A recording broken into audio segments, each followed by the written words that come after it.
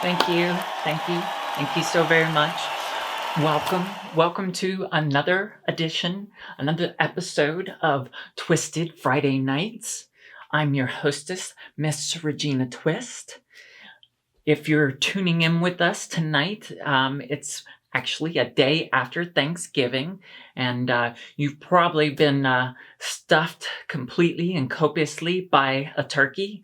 Oh, I'm sorry. I meant stuffed with turkey, of course.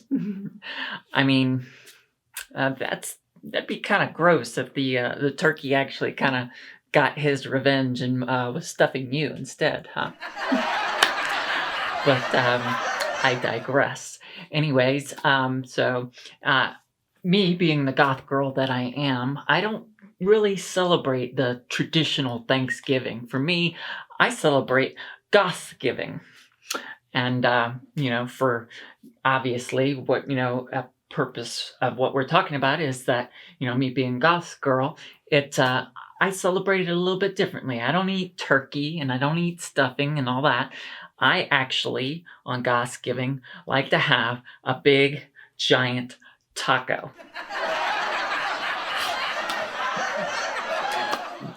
You're looking at me and you're thinking, oh, a taco, really, on Thanksgiving? And I just really I want to assure you that definitely the taco is the most satisfying thing you could have on Giving. Whenever especially it's dripping and moist and just good. I love a great taco on Giving. It's truly satisfying. But, me definitely being a variety kind of girl, being that goth girl that I am, I gotta have, something a little bit different from time to time. So, I definitely need to have a wiener with my taco from time to time. I'm sorry.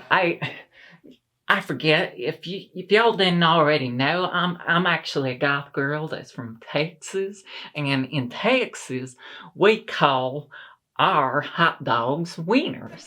So, anyways, um, like I was saying, it's really good on Giving to have a wiener with your taco.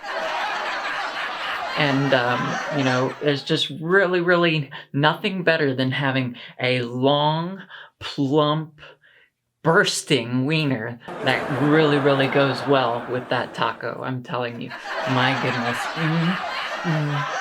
It's a combination that's satisfying beyond all measure, let me tell you. But, here I am, being, talking about giving thanks and everything with having a taco and a wiener for the main course. And, I'm forgetting having a side dish, you know? Everybody needs a good piece on the side. I mean, side dish, right? So, anyhow, like I was saying, after devouring my taco and then sucking down my wiener, I then decide I'm going to toss a salad and have that on the side. Anyways, I hope you enjoyed that. Happy Giving. We have an absolutely great show for you this evening. This is probably, without a doubt, our darkest show yet. We have some pretty dark things coming at you this episode. Right off the bat, we've got an interview with our very own The Storyteller, and maybe we'll learn a little bit something more about this mysterious, creepy person. And he also has a new scary story for us. Listen closely. You hear that? That is the sound of madness. I'll tell you why later in the story Time Is Up during story time. wonderful new addition we have coming up with us tonight later on in the show. We have a lovely fetish and bondage clips from our newest addition, our lovely lady named Captive Carmen. Now, she likes to keep her identity, to herself, but she goes by Captive Carmen, and we like to call her Cece, so I think that's what we'll mostly call. But she's got some great stuff coming up for us tonight. We've got a sword performance and a fire performance from yours truly. We also have some more creepy, dark videos that will kind of bend the mind coming up in a later segment tonight. And then finally, to finish off the evening, we've got a kind of re-edited version of a classic horror film from the 1970s called Belle from Hell. And it definitely really fits in with the persona of the episode tonight being that much darker. And it definitely, you'll see later, it kind of falls in with our BDSM love as well. So I think you guys are going to love the show tonight, but yes, definitely stay with us. Don't forget to subscribe to the channel, and coming up next, we have the Storyteller. Stay tuned. Hi, and welcome to another great interview on Twisted Friday Nights on Night Vision. Tonight, we've got our special guest is the Storyteller. Welcome, Mr. Storyteller. We're so great to have you. I'm glad to be here. Thank you for having me. Indeed. So, since you have graciously agreed to sit down with us in person and talk about your story, a little bit about you, can we try this a little bit again? And could you maybe perhaps tell us your real name? Well, as I've explained, my name is of no consequence. But the reason it is of no consequence is the meaning of my name is but a secret. Of course it's a fucking secret. That's fucking one of the reasons we want to know about it. I mean, your people want to know who you are, and You must do research, my friend. Look into very old and ancient texts, and you may find a clue. Okay. As you can see, folks, he continues to be a little bit frustrating while also creepy, as I've said. Thank you for the compliments. You are quite welcome, Mr. Storyteller. Well, since your name is a secret and you're not going to tell us, could you tell us a little bit more about, when you were born and where you come from? I was born in Norway some time in the fall, the autumn of a year so long ago, as I've said before, that it would break your feeble mind. Yes, you have said that before. I guess I had that one coming, but yes, thank you for that, you creepy fucker. Creepiness is what I do, my friend, my lady friend. Yes, okay. This is going to be a real fun interview, folks, let me tell you. I'm quite enjoying it, yes. Yes. So, Mr. Storyteller, will you then tell us, you have graced us with two gruesome and creepy stories, which I know is high praise, as you just said. But can you tell us a little bit about where the inspiration for those stories come from? The inspiration for my stories began perhaps the first time I died. Death entered into my mind and gave me a new viewpoint on the place between life and death. And so therefore, the stories that I tell, the scary stories, lie somewhere between life and somewhere between death.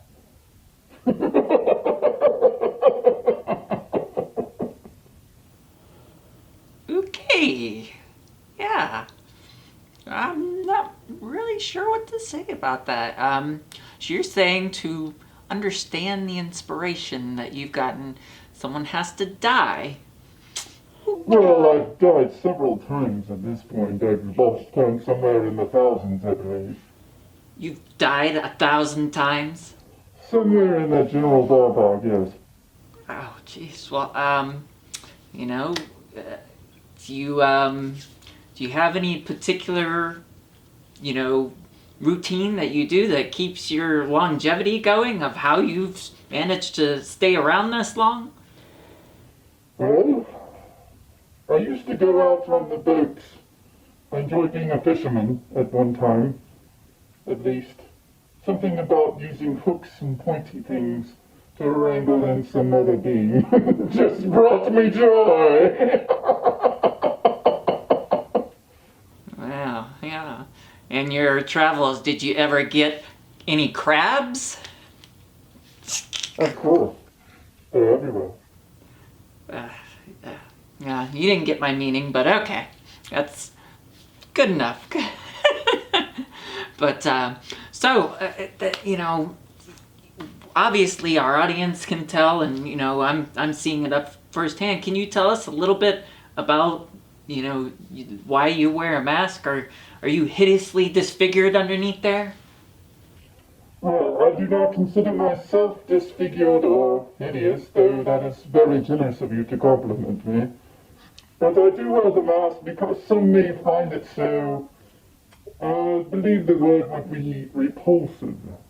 So therefore, in my kindness, out of my kindness, which is only a small fraction of my heart and soul at this point, I wear the mask to protect others. That's very noble of you, sir. Very, very noble. So, just make note of that, folks. I do try.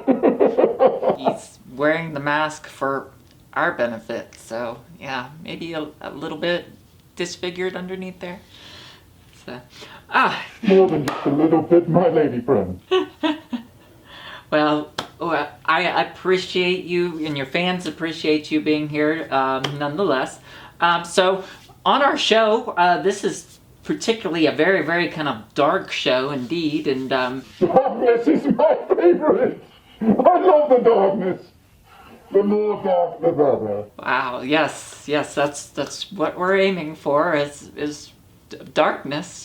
Thank you for that. It is my pleasure. Well, with this being a dark show, can you kind of give us a little bit of a hint about, what's coming up with your story that you're telling us tonight, just to kind of wet the whistle of our viewers? Yes, of course. The story tonight deals with the grandfather clock that drives one mad. And not only one, but the many.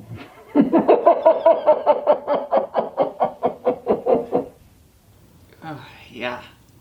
That's, yeah. Thank you for that.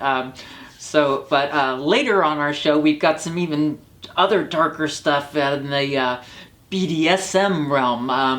Are you familiar with BDSM? Have you ever engaged in anything like that? But of course, my lady friend.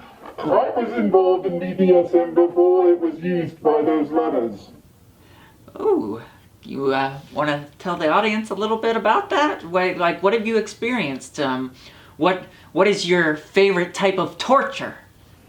Well, I do rather enjoy knife play, but my favorite is necrophilia, to be honest. Something about the living dead just gets my loins excited. Oh, God.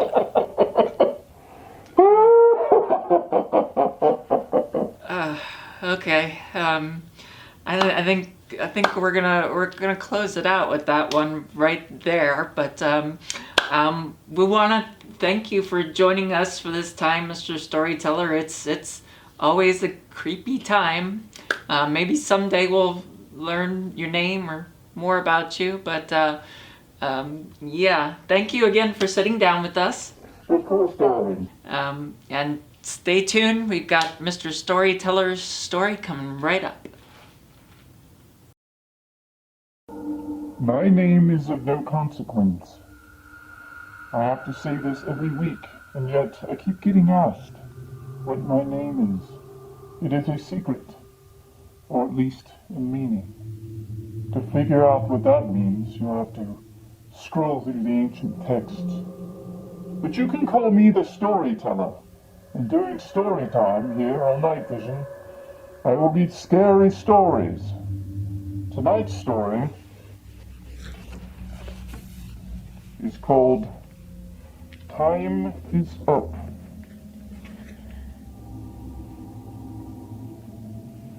I went ahead and read a little of this earlier, and the beginning is quite good. I watched out at the corner of my eye as Mom banged her head repeatedly against a board full of rusted nails inside my parents' garage. Isn't that a beautiful start? A part of me wanted to care, but an insatiable desire to self-mutilate had my mind in a hypnotic state. The smell of sawdust blanketed the air. Most of it lay scattered across the concrete floor, soaking up my dad's blood.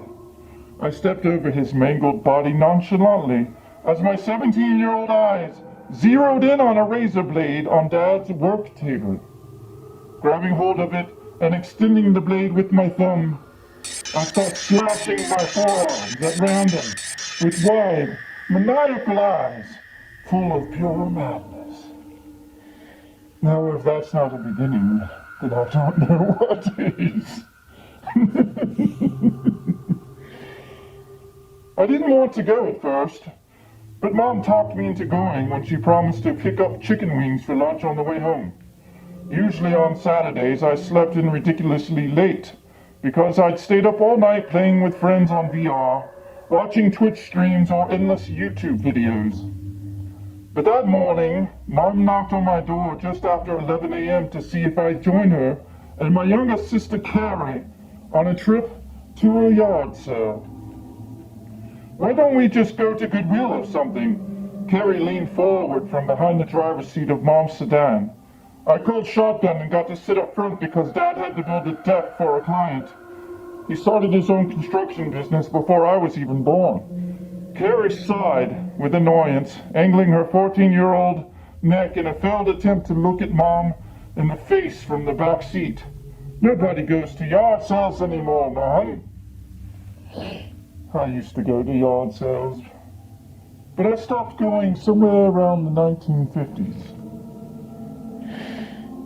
Though I did recover a few valuable trinkets.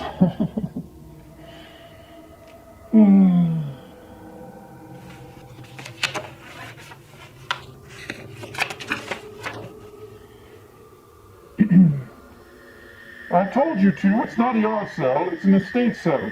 Mom shot me her "why don't you guys ever listen" look. I rolled my eyes and looked out the passenger side window.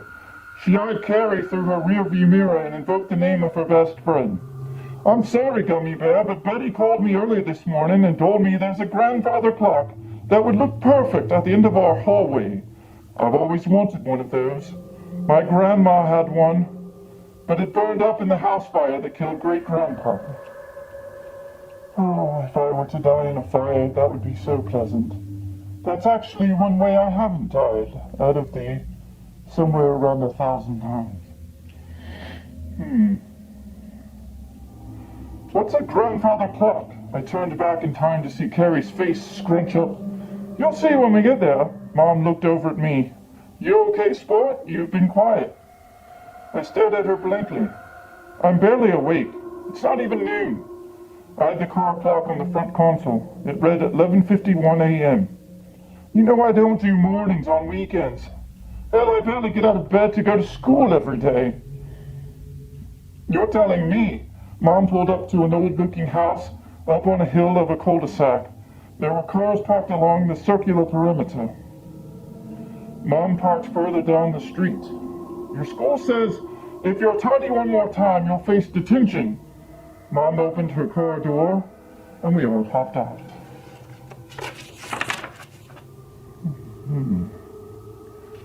Let's see where this is going, shall we?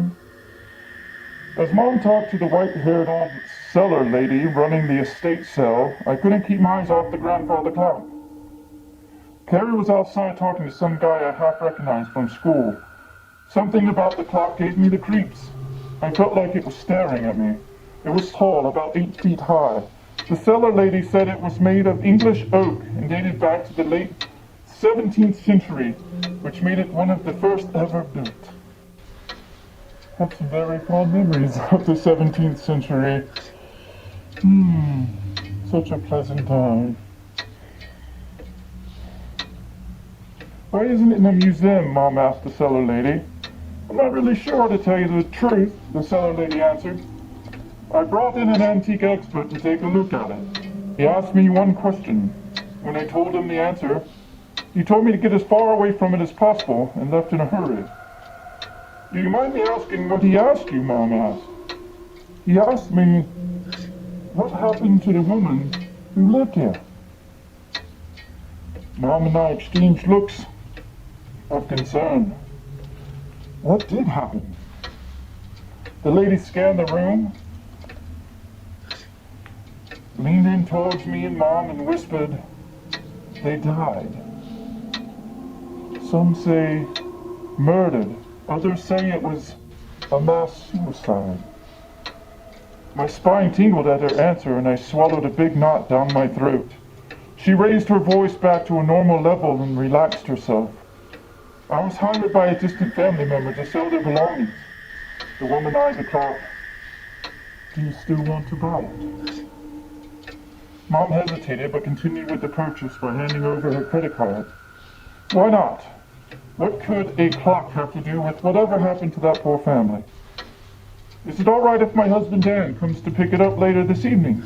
The cellar lady's lips curled into an off-putting smile. But of course.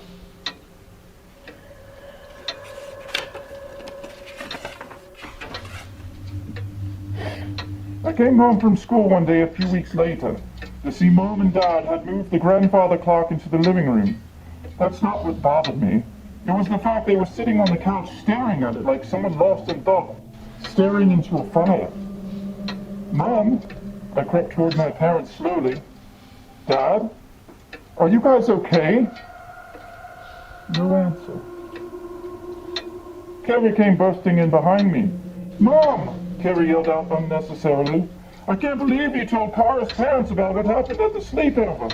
Now she's... Carrie stopped yammering when she noticed Mom and Dad. Our parents looked like two insane people high on mental drugs. A bit of spittle drizzled out of the corner of Mom's mouth. Carrie and I swapped nervous faces. I inched closer to wave my hand in front of Mom's face. Mom? I asked. Nothing. I waved my hand faster, as if it would make a difference. Mom, you're freaking us out. Still nothing. I turned to my neck to look at Carrie. She held textbooks to her chest, her lips pouted outwardly, and tears formed in her eyes, and she screamed, "Mom!" The clock chimed 4 p.m. Mom snapped back to life. Dad, too. My heart skipped a beat. What? Mom acted robotic, distant. She wiped her spittle off her cheek. What is it? I was talking to you and you were just staring at the grandfather clock. What?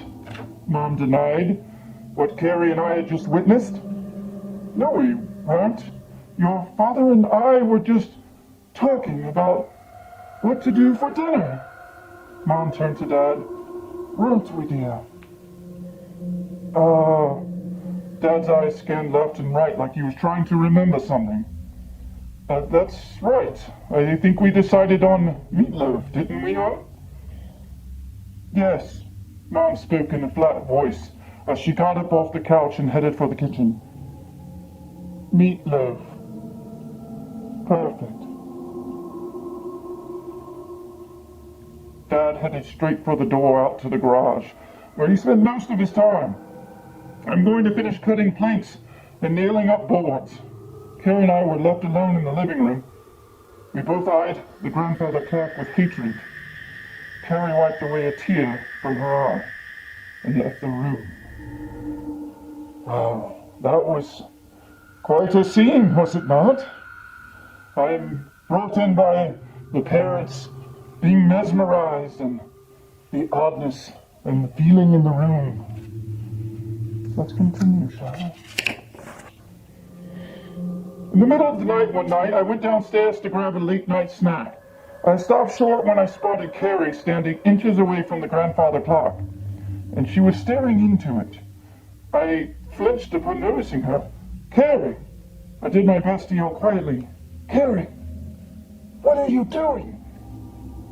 I grab her by the shoulders. She jumps on top of me, knocking me to the floor. She jumps on my chest. She starts scratching my face. I scream from the pain, ah! And push Carrie off of me. Her head bumps the back of the grandfather clock. Boom! She looks up as it chimes. It's 1 a.m. My heart sank to my stomach. Carrie looked at me bewildered. Chad, she cocked her head awkwardly. What are you doing down here? I like this. A few days later, I overslept again. After quickly getting dressed and running downstairs, I grabbed the keys to my truck when the clock chimed. It was 9 a.m. in the morning. That time the chimes seemed to speak to me. An imaginary voice beckoned. I stared into the clock. Watching. Staring. Watching.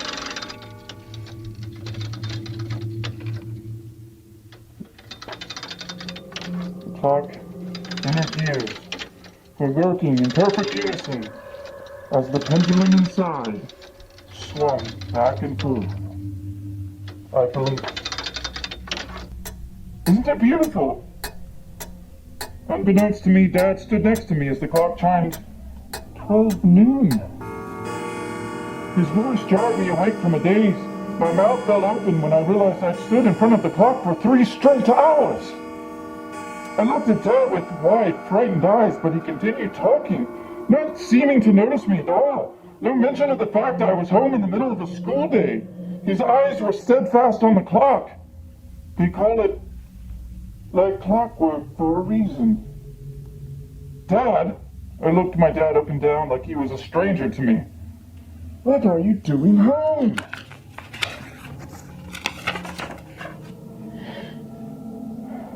Same as you, son. Dad's mouth grew into a sinister-looking smirk. To stare at my beautiful clock. It's my favorite thing in the whole world. Your clock, Dad? I glanced at the clock, but averted my eyes just as quickly. I feared what it was doing to me. Mind manipulation of some kind. Like a worm, rotting an apple from the inside out. I like that very much. Rotting is one of my favorite things, especially when I partake in necrophilia.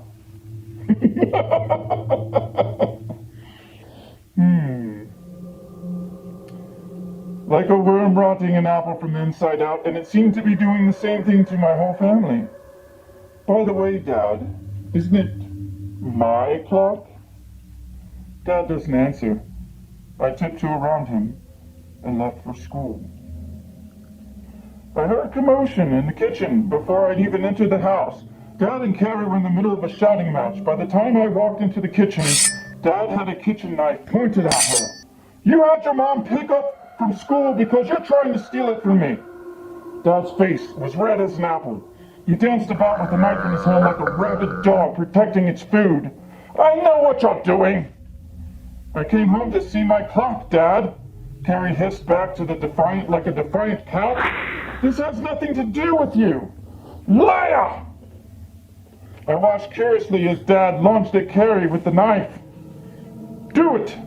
Mom's voice startled me as she walked silently up behind me. She spoke in a controlled manner. Kill her. then kill yourself. Time is up. My clock has spoken. Like a soldier doing what he's told, Dad sliced Carrie's throat from left to right. She gagged and grabbed at herself as her body dropped to the kitchen floor. I wanted to scream for her, but the clock chimed 4 p.m. And a sense of peace washed over me. 4 p.m. for a family of lower 4, the clock's imaginary voice told me. Dad walked into the garage. I heard him firing his chainsaw off. Its roaring buzz was followed by several screams of agony. Then silence. I love silence when it's awkward and creepy. Isn't that the best kind? Mom and I looked at each other calmly as if we were 2 people on the same mission. We walked into the garage to see the chainsaw had shorted out as Dad had stuck it up into his chest cavity before falling to his inevitable death. Time is up, I say to Mom. We walked over to a board leaning against the wall that Dad had filed full of rusted nails. Time is up. Mom answered. She banged her head repeatedly into the board of nails. I found a razor and began slicing my forearms randomly. The last thing I remembered before waking up in the hospital was falling on top of Dad's dead body. It felt warm, like home. I never fully answered, at least. Not yet. That is time is up, and time is up. I'm glad you could join me for another story time here on Night Vision.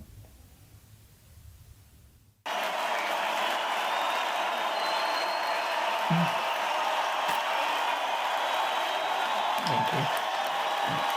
And thank you, Mr. Storyteller. One of these darn times, he's so frustrating. He is so frustrating. One of these times you're going to figure out, more about him. But yes, thank you to Mr. Storyteller. It's really hard to call him that. But anyways, coming up next, we've got the lovely, tantalizing Miss Captive Carmen, or Cece, as I like to call her. But she's got a tantalizing latex fetish video for us, where she's, I don't want to give it away, but it's if you love latex, it's, goodness, it's gonna have you, feeling all kinds of randy. But yes, Captive Carmen coming up right here.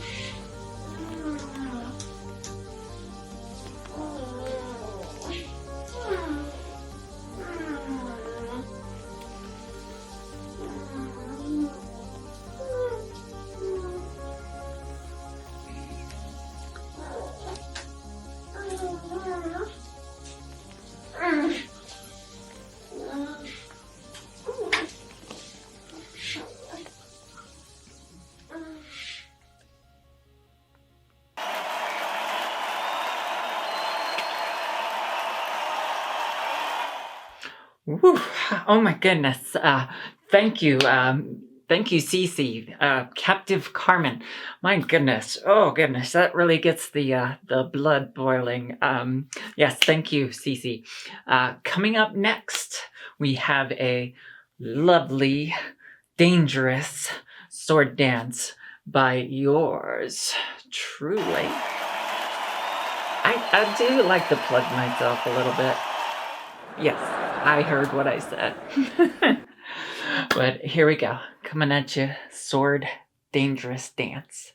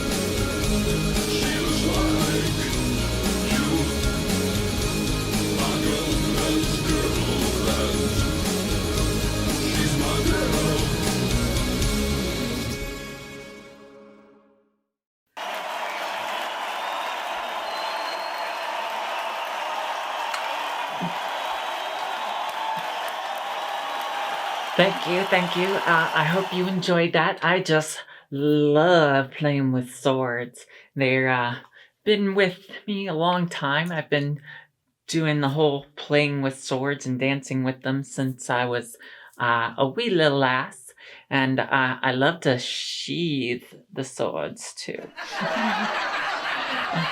Anyways, coming up next, we've got our dark, weird web video clips segment coming up.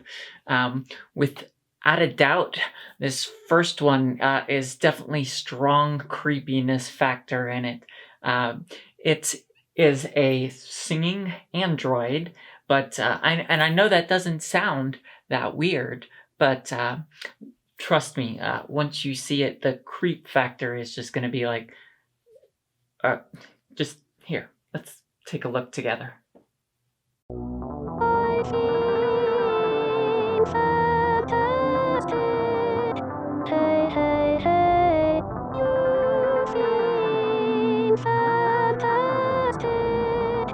Hey, hey, hey.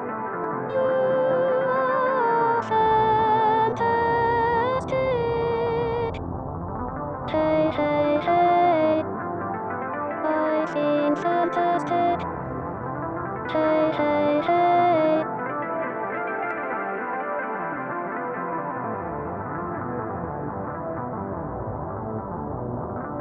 You've seen fantastic. Hey, hey, hey. Run, run, run, run, run, run.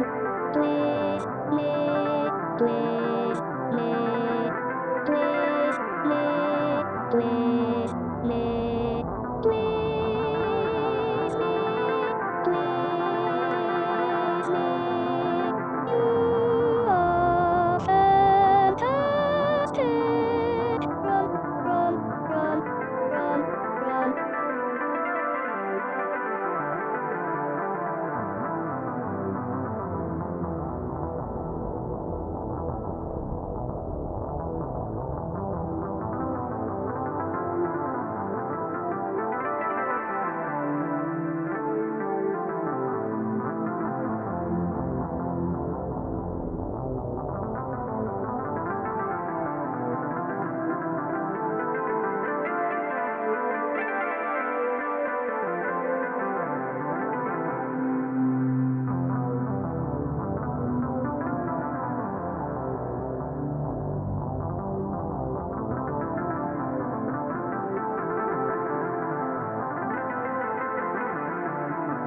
I've seen fantastic.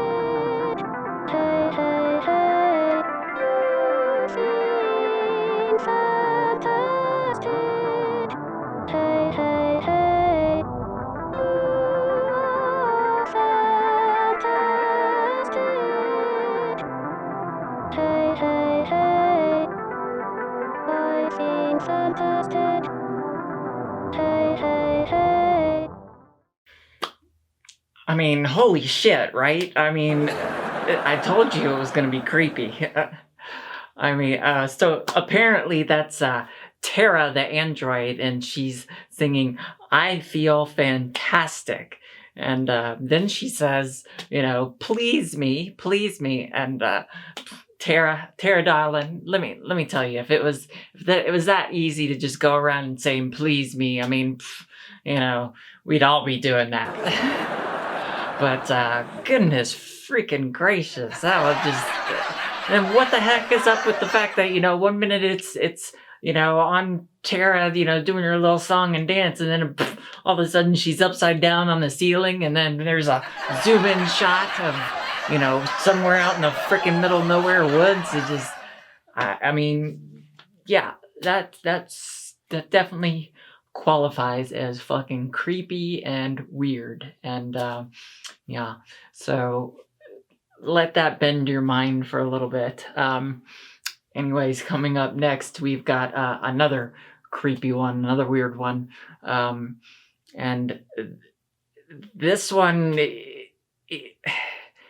it kind of just really messes with your mind in a sense of you don't know what is even going on in this one, and I don't know what to make of it more than beyond just, there's just something creepy going on here, and we don't know what it is. But anyhow, here coming up next is creepy guy eating something out of a bowl. So yeah, let's look.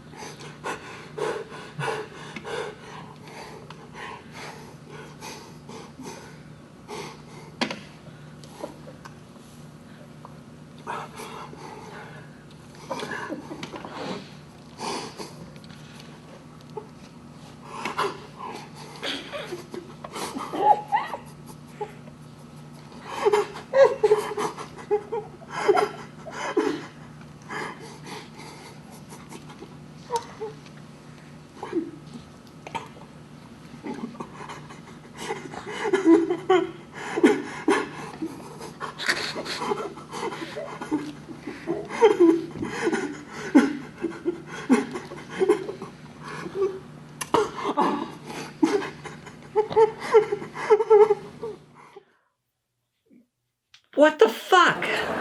I mean, what the actual fuck? I mean,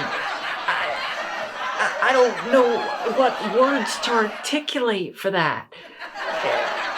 The First of all, the creepiness. What couldn't they give the guy? I mean, obviously they're going to creep you out with the guy having a giant fucking spoon for no fucking reason, and you don't exactly know what he's eating, and what the fuck is up with those mascot costumes, right? And they're it's like you have no fucking clue what is going on there. I just, yeah, I've heard rumors or something creepily that somebody said like that guy is being forced to do that, and he might even be eating like the remains of somebody, or yeah, I don't know. Nobody has come forth and said anything about what the video is about, so it yeah, it definitely falls in our creepy weird section, and yeah, that's gonna give me nightmares for quite a while.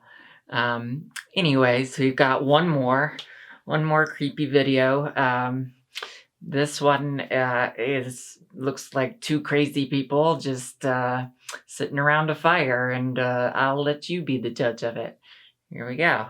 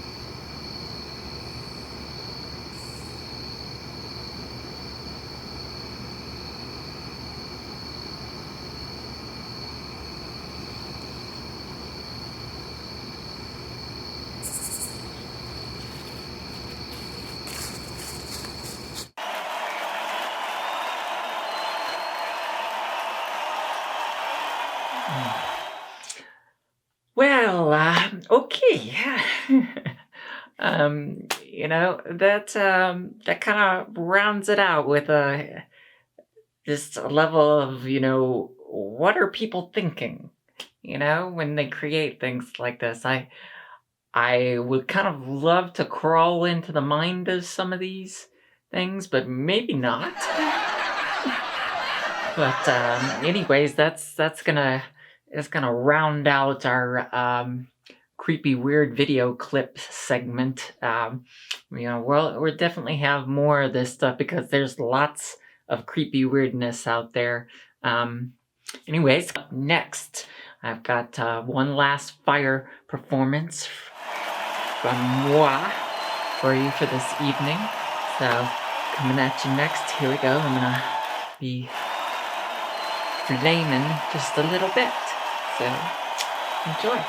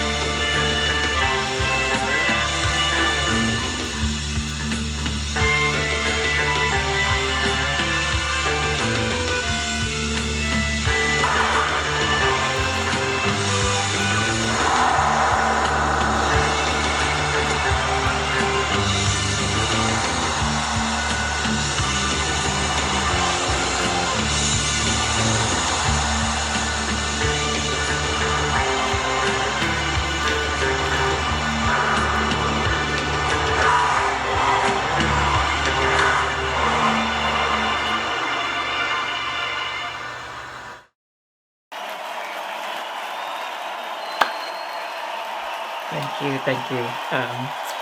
Welcome back. I really hope you enjoyed that. I hope you enjoy seeing the fire as much as I enjoy dancing with it. Um, Coming up for our last segment of the evening, and in this we're showing a film. It's actually a classic horror film. It's been re-edited. I've actually done a little bit of the re-editing myself, so that you're not what I consider suffering through some of the parts that I felt really didn't need to be there. But because this film is listed as public domain, is able to use that and audit it, edit it in the particular manner that it is, and we're going to get to see it.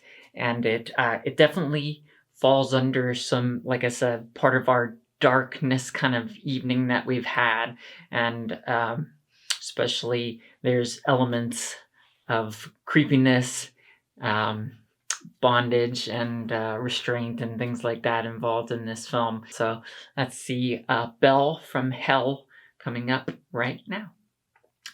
Enjoy.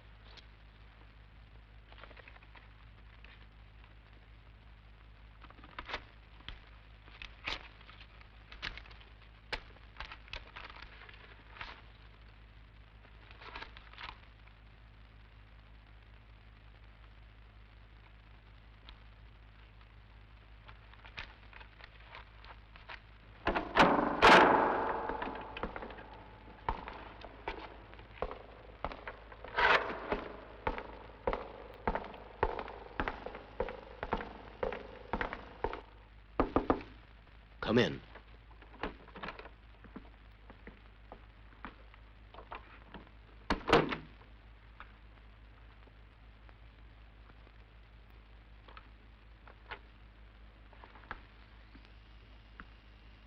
Well, my boy, your case is coming up in 2 months. Here is the summons.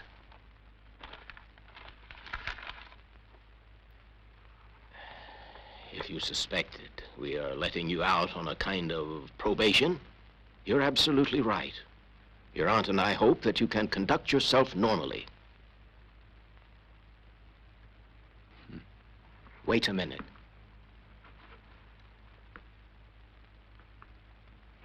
Don't forget to report back here every 8 days.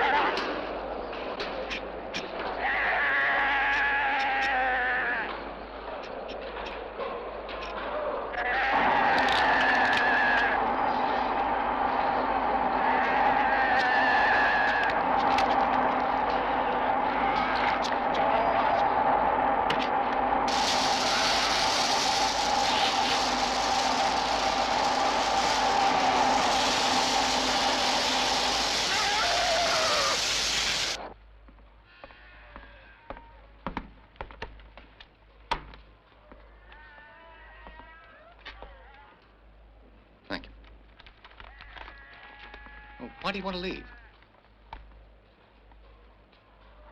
I've learned enough.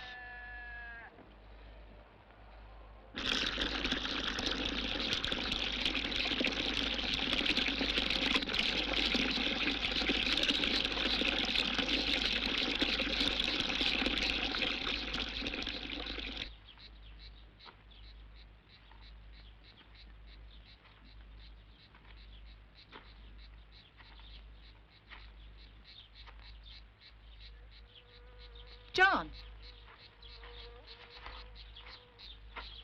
I didn't know you were back. Staying for a while? Yes.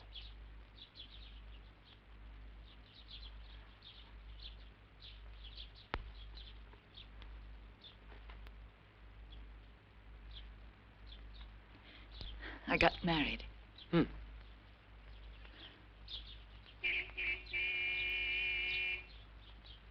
I'm glad you're well again.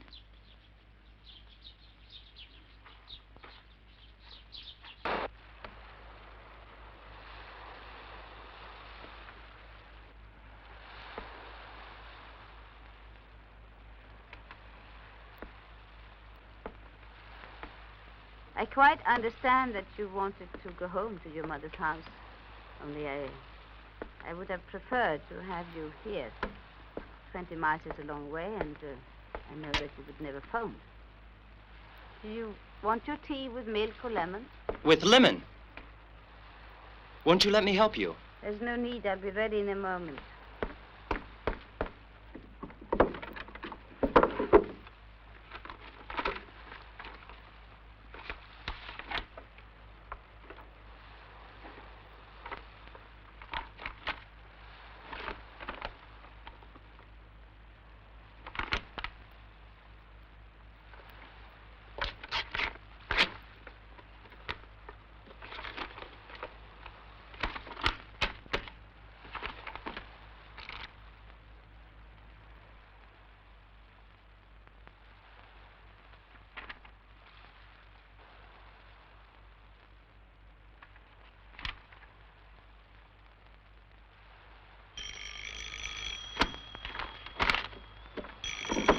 Would you please open the door?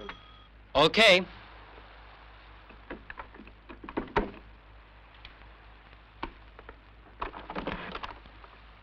Does Mrs. Avero live here? She's my aunt.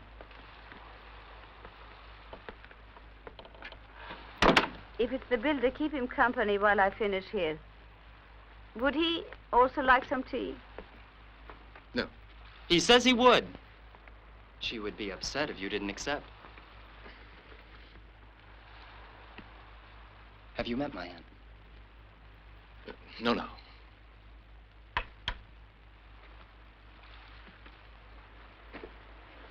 So you don't know. What? She was confined to a nursing home. Now she insists on living alone.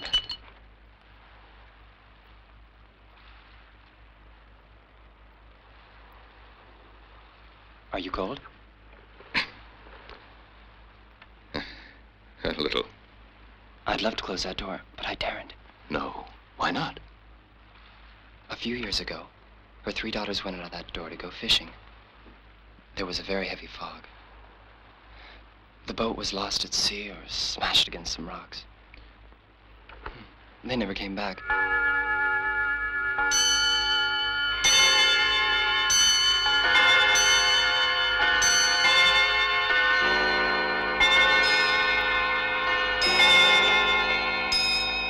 Aunt Marta went mad, and the shock paralyzed her.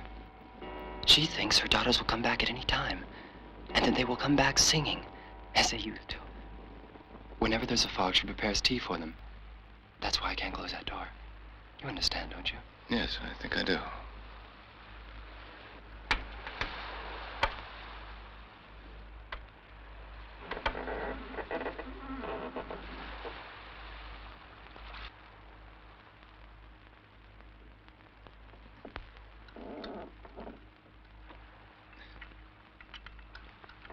I'm sorry to have kept you waiting.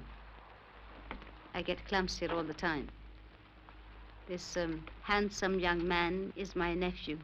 We've already met. You didn't bring another cup. The chemist from Juarez sent Oh, you. yes. He told me you were planning to have some construction done.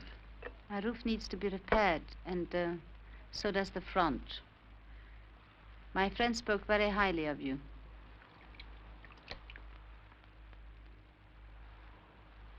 Did you hear that? What?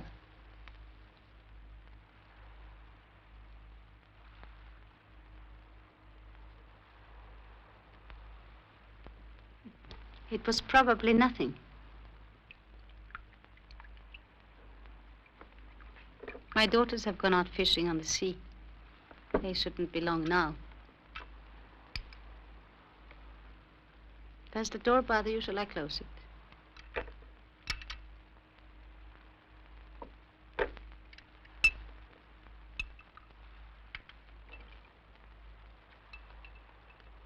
Oh, I met that bearded beggar the other day. He recognized me. Hmm. He said the dead would rise. Well, of course the dead will arise to be judged. Death is simply a transition. Don't you agree?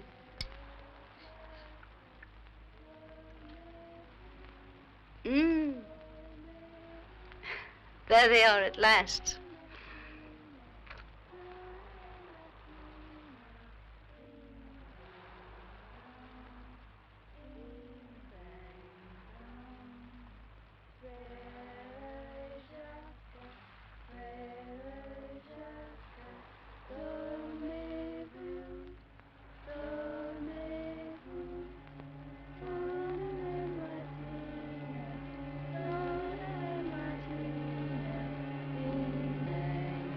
My God.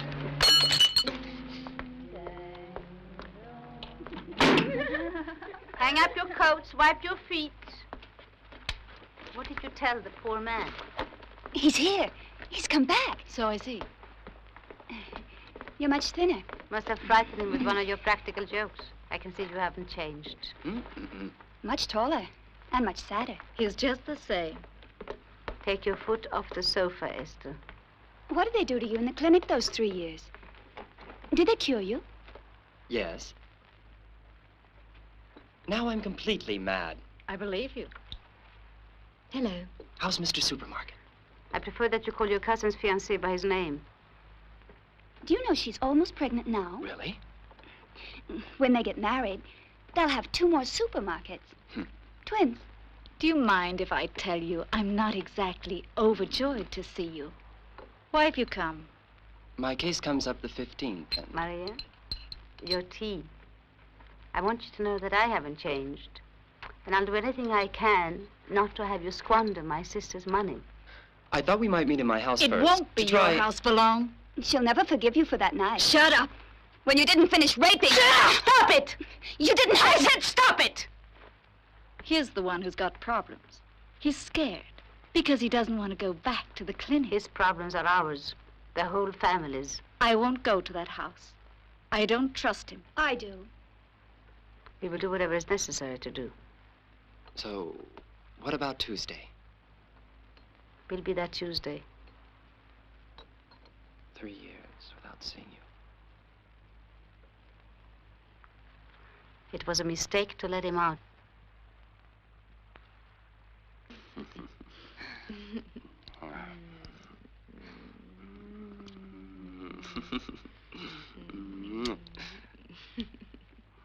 My dearest darling. Do you know what you are, my dearest darling? What? You're a stupid cunt. A stupid cunt who doesn't even know what to do with it. And I'm an idiot. Christ, I should have known. Known what? Your mother set you up as bait and I nibbled. It's true, isn't it? Isn't it? You bastard! They're right about you. Oh? What did they say? That you're a cruel, selfish, sadistic, mean, neurotic, psychotic bastard.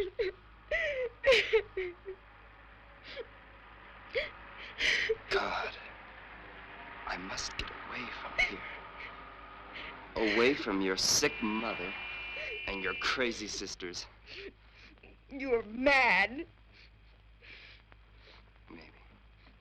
And you're not going anywhere. My mother won't let you.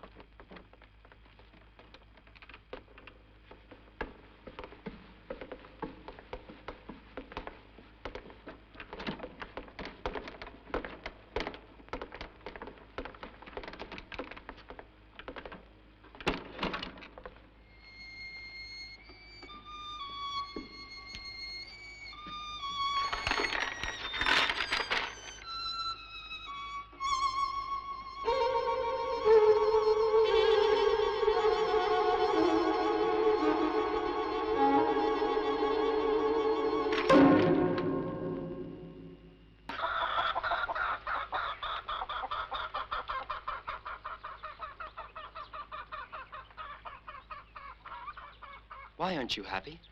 Happy? I think I am. How often do you need to have sex?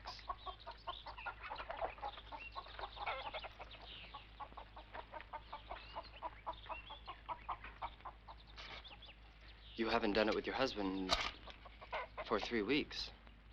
What? What do you mean? You were brushing your hair. He came out of the bathroom, gargling, and told you very crudely what he wanted. How do you know all this?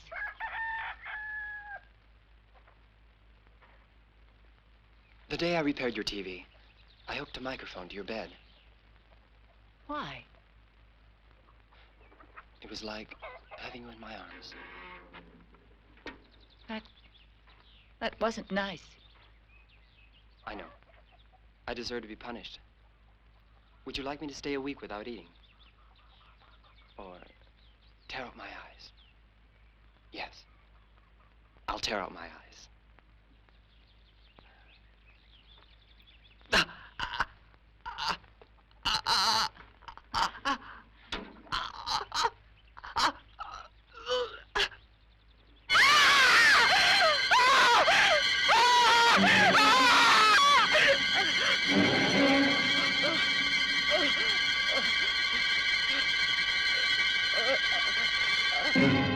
Keep them as a souvenir.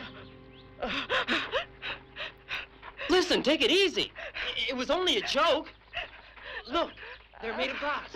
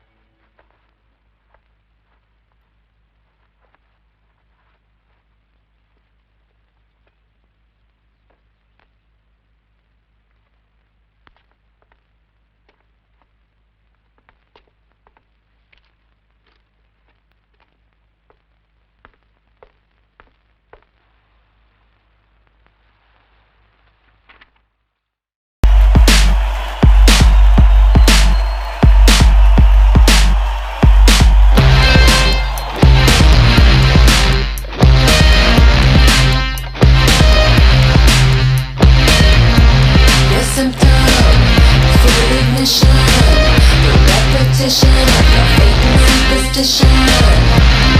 Picking up lock, show me the way. Lead a little luck, no shame on your face. Picking up lock, shakes in your face. Throw me the lump that you let you replace. Ooh, ooh.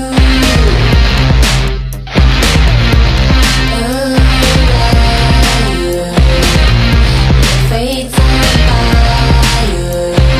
Nothing's gonna change. No one's gonna save.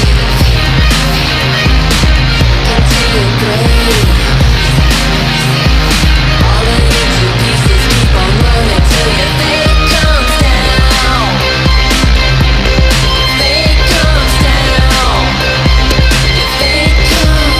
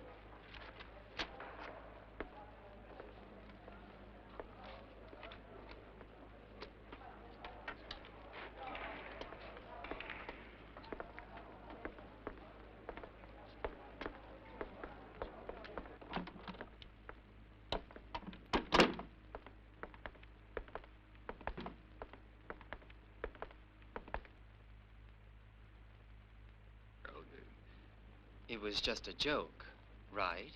Well, yes, you understand. If you don't mind. Oh. Yeah.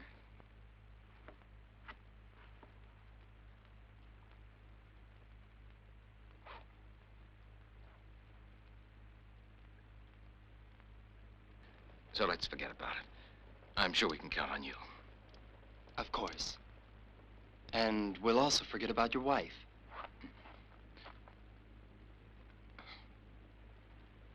And me. What's that? What did you say? Nothing. It was just another joke. Ask her. I told her you would do this, and I was right. Thanks.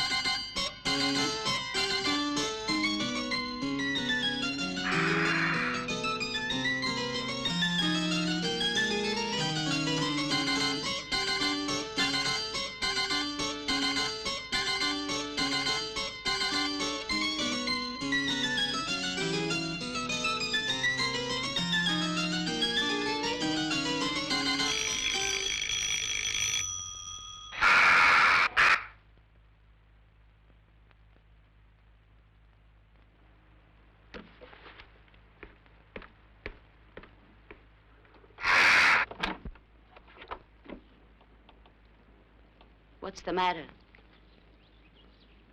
It's Tuesday, remember? Here we are. Yes, you invited us. Did you forget?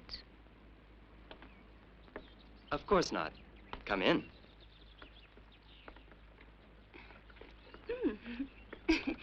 Wonderful. Everything's the same. It's enough to have you committed. Why? Don't you love it? You think you're so superior, don't you? But you never explained why.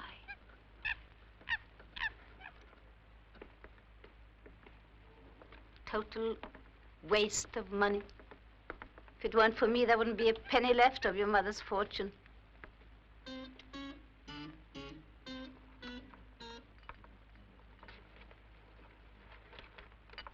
May I have your order? I'll have a Bloody Mary.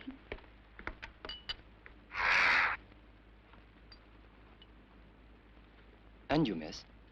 Gin tonic. Dr. Quinquero called. You didn't report to him? What for?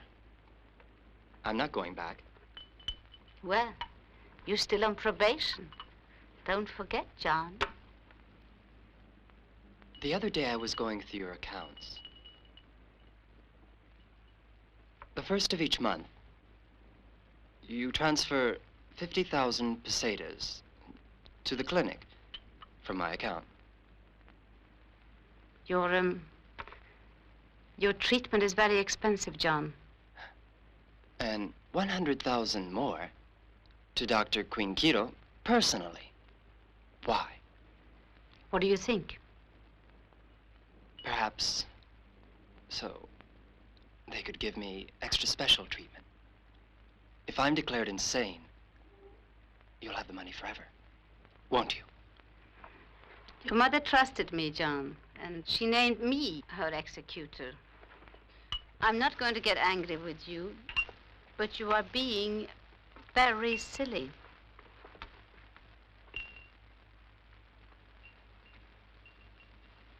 Why did you want us to come here? Come on. Let's have some fun. Today will be an important day for all of us.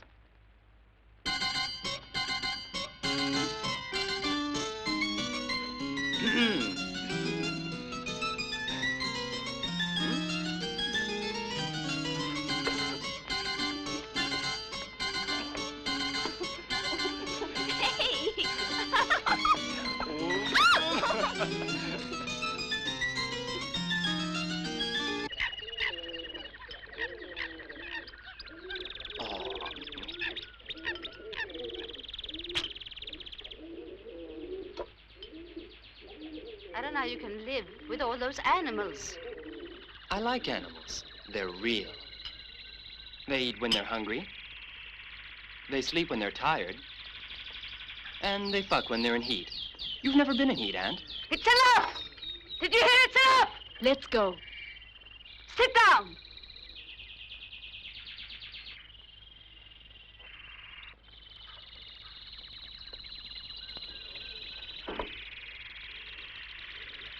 I'm not impressed by your vulgarity or by your tricks. I want to know, why have you invited us? I wanted to see you. Talk to you. Good. Go ahead and talk.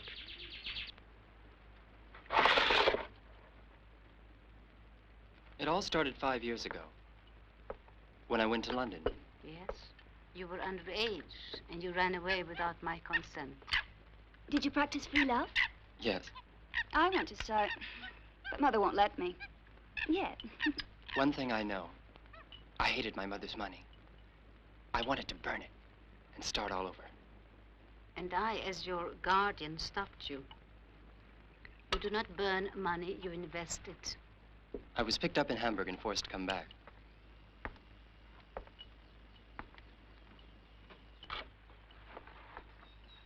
I wonder.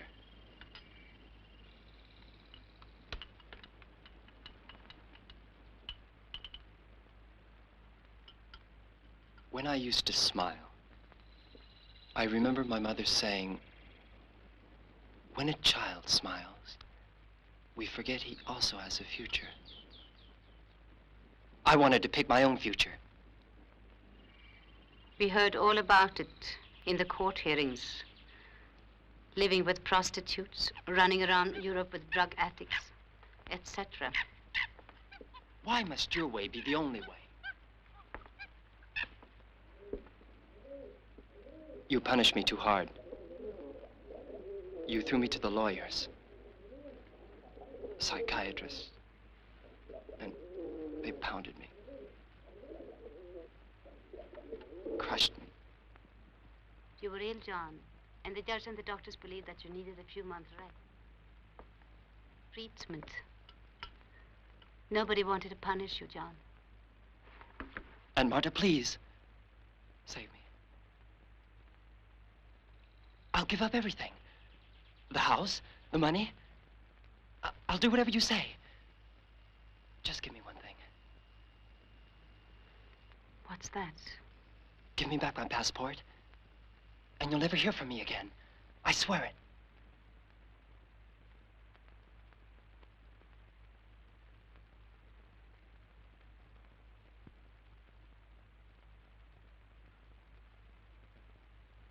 I can't do it. Please. Let John go. I can't.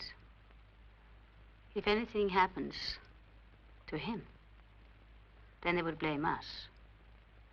So everything has to be done legally.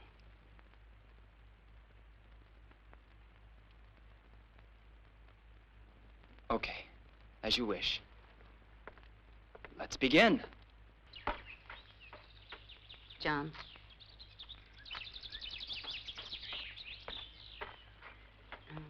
Maria's going to get married soon. Please leave her alone. That still leaves Teresa and Esther. For you. Leave your cousins alone, all three of them, please. Shh. Remember your heart. You look tired. Are you? Why don't you close your eyes and sleep like a good little girl? Would you like me to sing you a lullaby? That would be nice. It would be so wonderful. Why do you behave so strangely sometimes? I'm irresponsible. Didn't the doctors tell you? A real menace to society. It's not surprising. Brought up without a father and your mother. May she rest in peace. She had her punishment. She killed herself. She cannot rest in peace. It was an accident, John.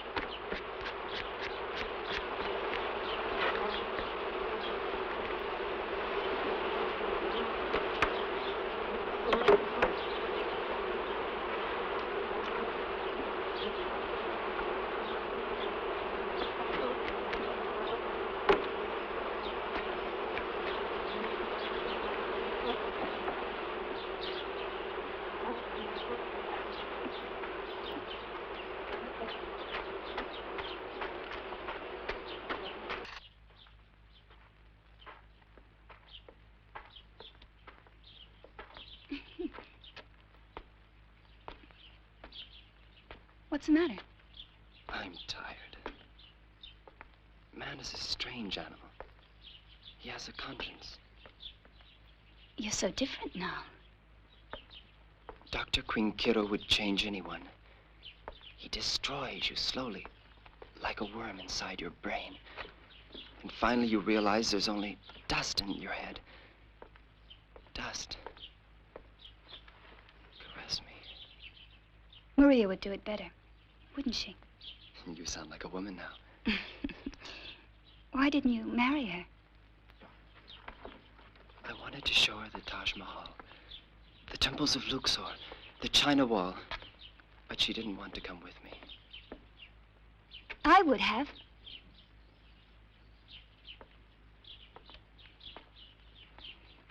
I'd like to go away with you.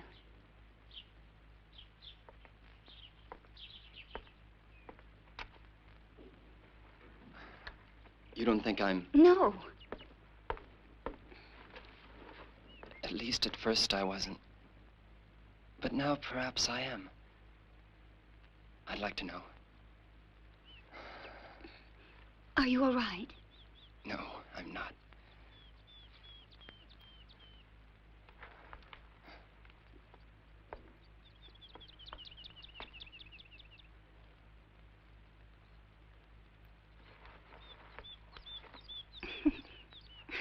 Is this a new game?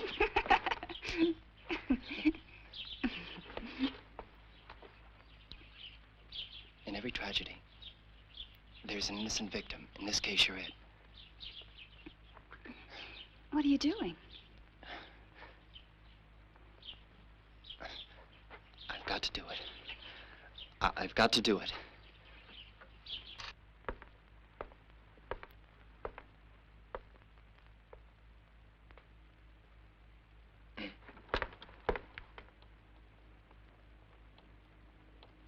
I hope nobody saw you come up. Where did you leave Mother? Dead. In the garden.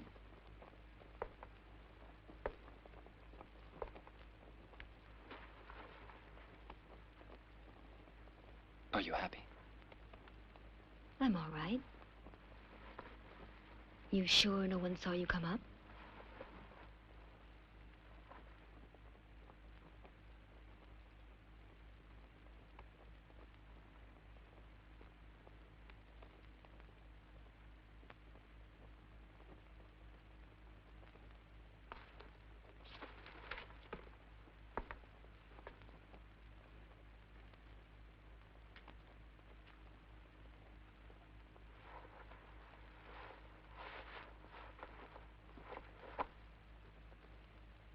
What's wrong?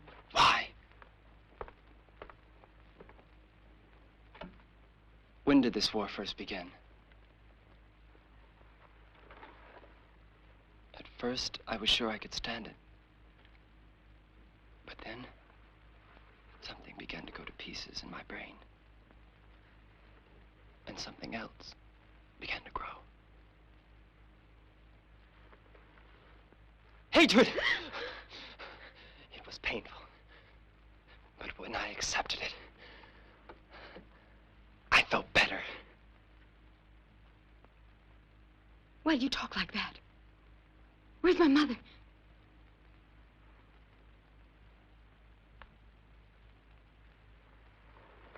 I told you, dead. She's dead. If there's none of you here, there'll be no case. And you're not going to be anywhere. I'm irresponsible. That's what your doctors have said. I don't know the difference between right and wrong. And you know why. There is no difference. There are only rules.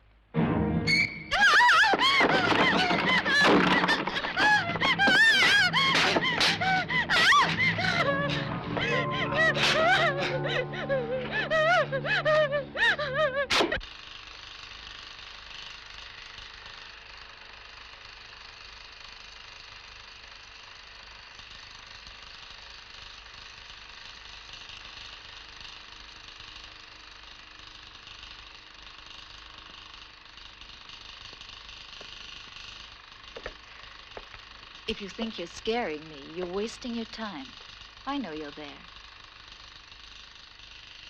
We were all free then. The past didn't exist, and the future wasn't a threat. We weren't trapped in the web.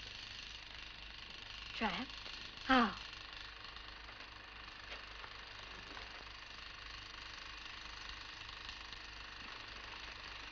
Where's Mother? Asleep. And your sisters. You and I are the only ones awake.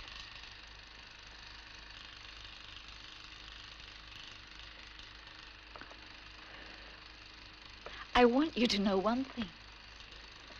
I don't trust you. I know you're capable of anything. Aunt Martha and you have made your plans, and I have made mine. I really believe you're sick. I'm mad. I can get you put away again. I'll even lie if I have to.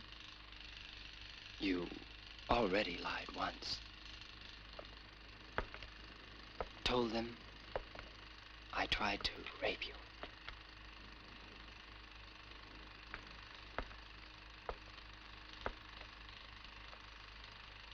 Don't touch me. Don't touch me! Let me go! It's too late Let me now. go! It's too late for all of us.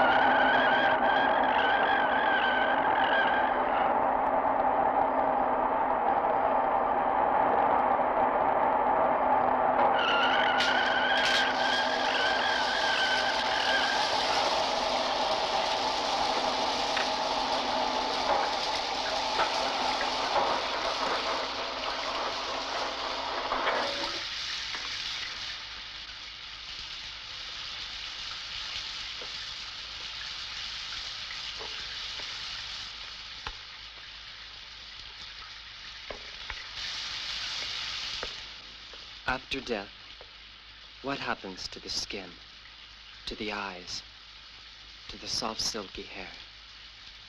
Everything rots and disappears. Your bodies will turn into sap, and in spring the sap will rise up the pine trunks. In a few years, I'll come back to the cliff, and I'll think, those leaves are perhaps Teresa's fingers, and those others her cheeks and her lips. You'll always be facing the sea, and the wind will caress you for centuries and centuries.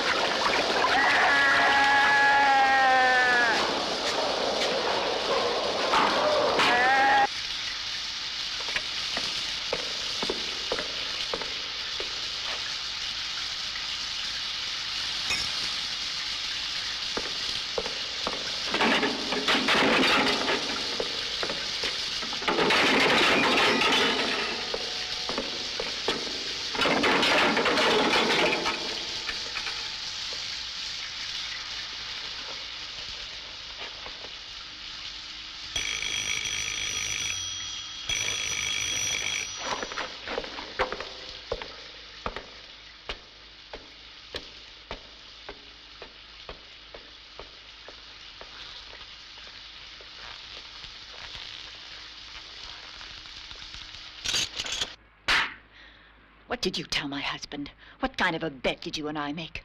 When? I'm sorry. It was a joke. You like to play jokes, don't you? I love it. And the thing about us, was that also a joke? I would have loved to have done it, but not with you unconscious. Not that way.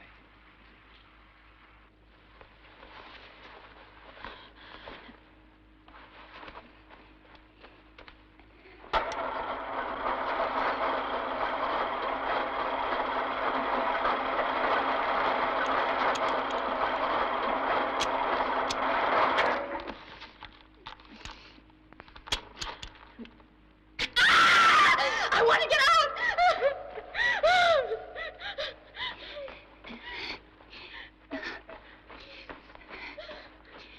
I can't open it.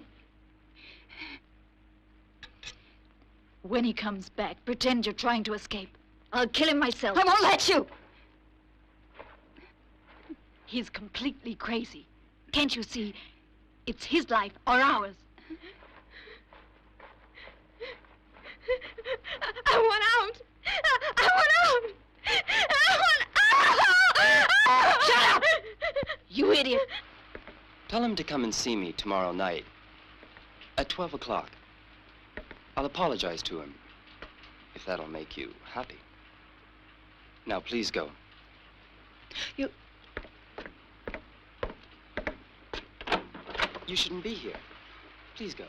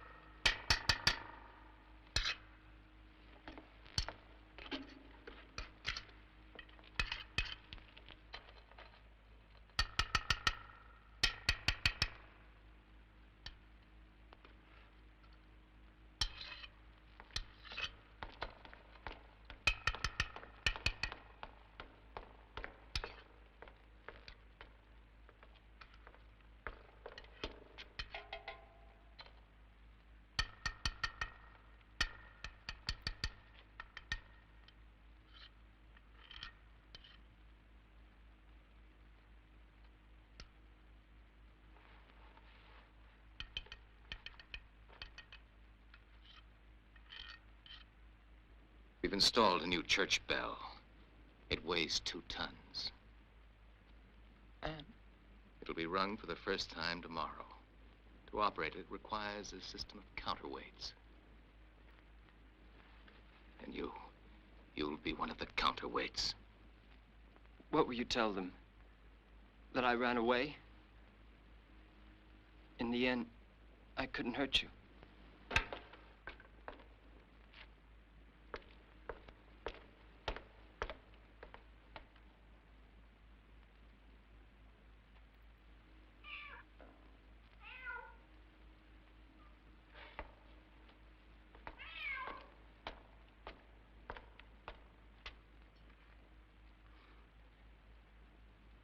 At the first peal of the bell, you will hang.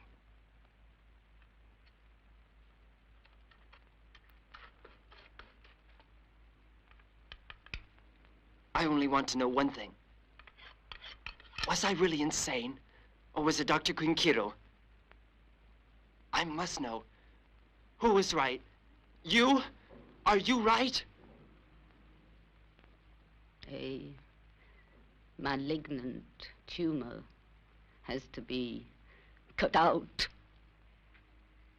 I could not sleep as long as you were alive.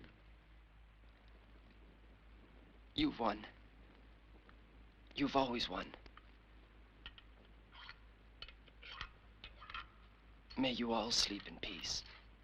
The last 2 bricks. Who are you? The one who gets the last laugh.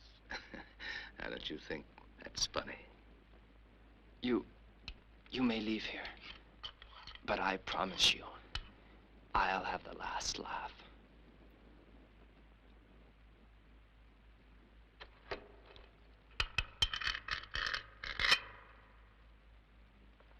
We live in troubled times. Wars, revolutions, civil disturbances, the wanton killing in many lands of innocent men, women, and children for base political ends. Yet, in our darkest hours, there can still be heard by those who choose to listen the voice of our Maker.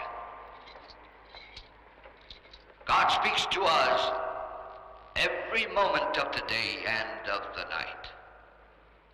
And in these dark times, we need to hear him more than ever.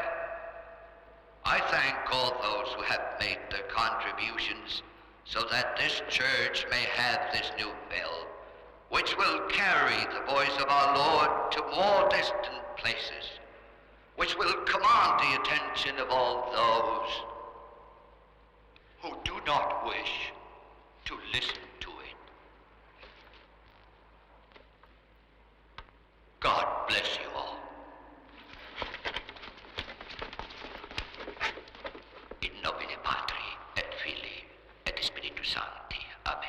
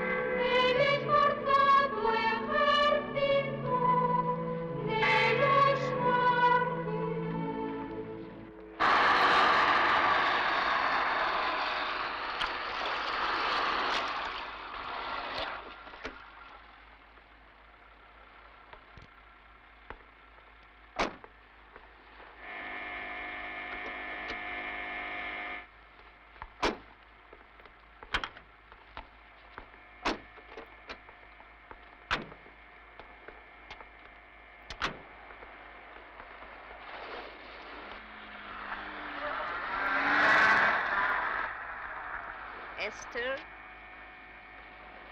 I'm leaving. I won't go into that house again. Why not? You killed him. We did something terrible. But it was necessary. Goodbye. Esther? You are underage. I can force you to obey me. If you do, I'll tell everything, Mother. I'll scream it to the whole world. I'm exhausted. Let's go.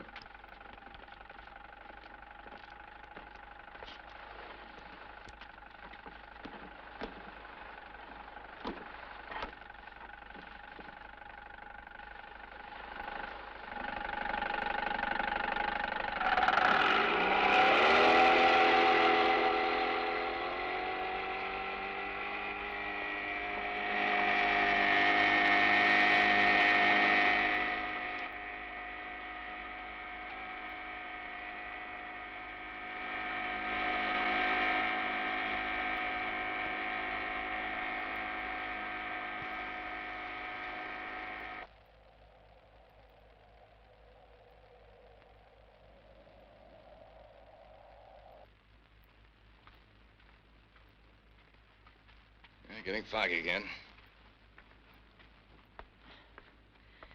Are you going to see him? Who? You know perfectly well who.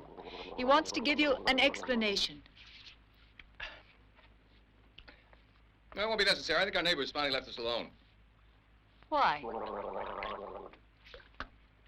He's gone away, abroad. He didn't tell me that. I don't want his name mentioned again.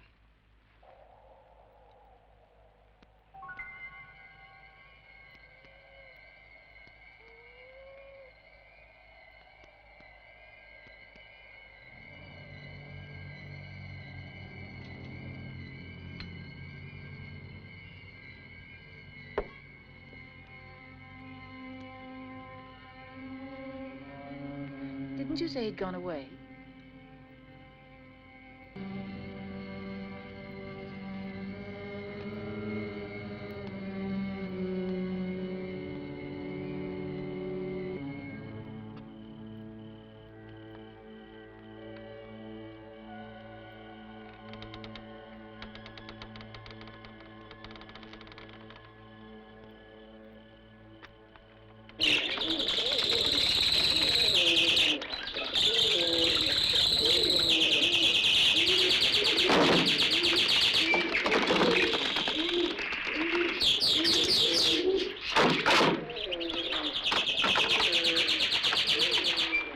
Come right in.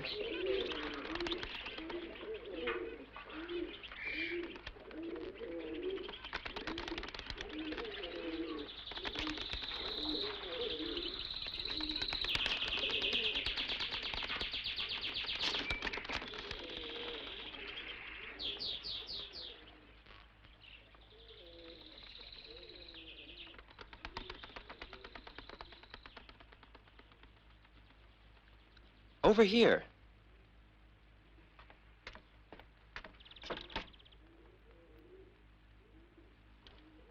No, here.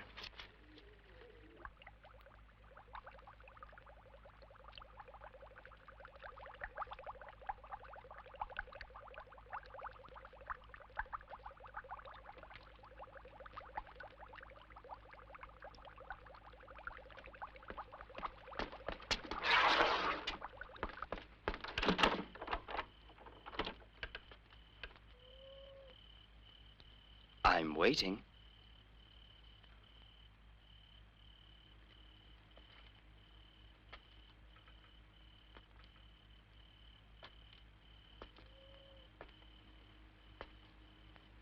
This way.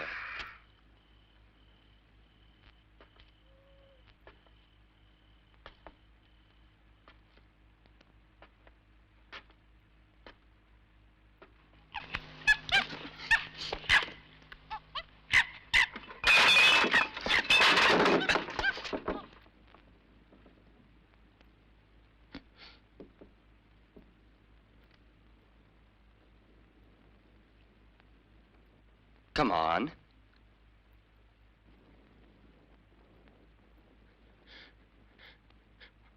What do you want? What do you want from me?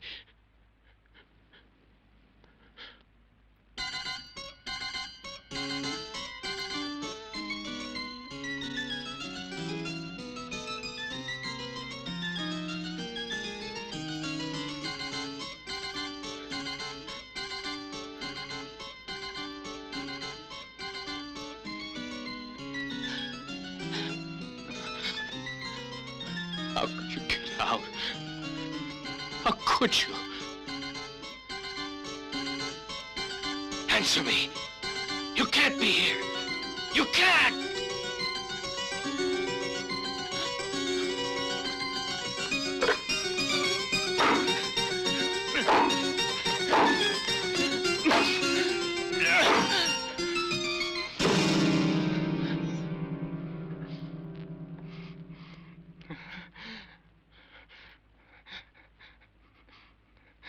This was your last laugh. Your last laugh. Your last laugh. Your last laugh!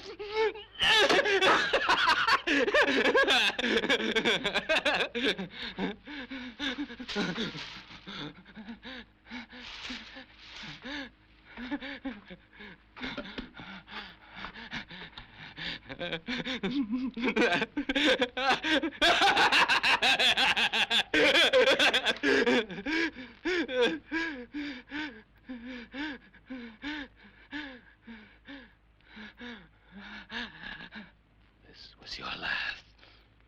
The last laugh. The last laugh. The last...